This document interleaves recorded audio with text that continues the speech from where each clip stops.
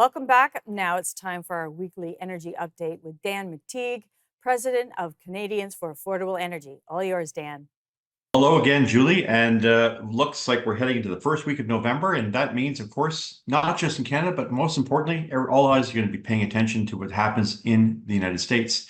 The presidential election happens on Tuesday, and the outcome, while it may not be clear to everybody, it looks like one side is going to prevail, and it may not be the one that many energy traders wanted. Many of them have been dumbing down the price of energy deliberately, and I say so because they have masses, billions of dollars in ETF funds and all sorts of other hedge funds. And what they've done is they've suppressed the price of oil and gas, despite the fact that supply is low and demand remains not only stable, but is actually starting to get high, as we saw this week from the U.S. Energy Department.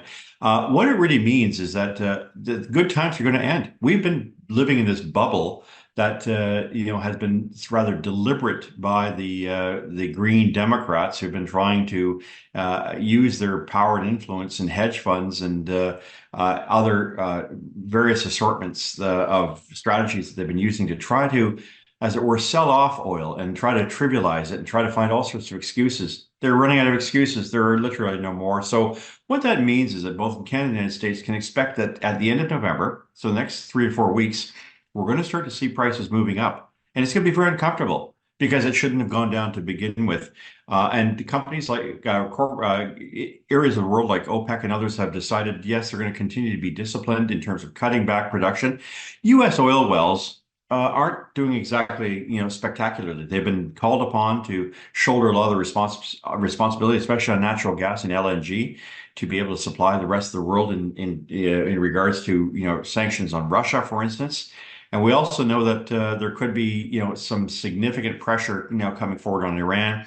Most of their oil heading to China, which of course continues to decept and be deceptive in terms of price, and saying that there isn't much demand. We know there's full demand and things are rocking and rolling over there. They're not great, but they're certainly not as grim as some of the traders have been suggesting. What it means is that the traders who've shorted oil and gas are going to get egg on their face and they're going to wind up shorting themselves because the prices are going to go up. That's not great news for consumers, but it does suggest that maybe finally Canadians should be paying more attention to carbon taxes, not just the first one, but the second one, and other restrictive policies like blocking pipelines and not getting our oil out to global markets. We're a resource-based economy, and that's leading to 140 cents to buy $1. That's adding 25 cents a liter to the price of gasoline. Imagine what it's doing to every other commodity. On that note, Vancouver's prices are going to start to go up a little bit this week. I would say probably about 3 cents a liter net to about 176 from 173. British Columbia as a whole, another 3 cents a liter. Ditto for Alberta, which has been seeing lower prices, 144 to 138, depending if it's Calgary or Edmonton. Look for those to track up about an average of 2 cents a liter. Ditto for Saskatchewan and Manitoba, who have retailers that basically don't respond to higher rack prices. They sort of just keep prices nice and low. That isn't going to go on forever because they can't get extra money from other places. Ontario, which was at $1.48 this week, could see prices move up to 154, 155. So that's a net increase of 6 cents a liter this week. Same for Quebec and the Maritimes, which are regulated. God knows only why they want to regulate prices out there. Maybe it's a small market, but let's understand one thing. If you're going to disrespect and you're going to ignore market fundamentals, then you're going to wind up in a situation where you may not get the supply you need, especially in Newfoundland.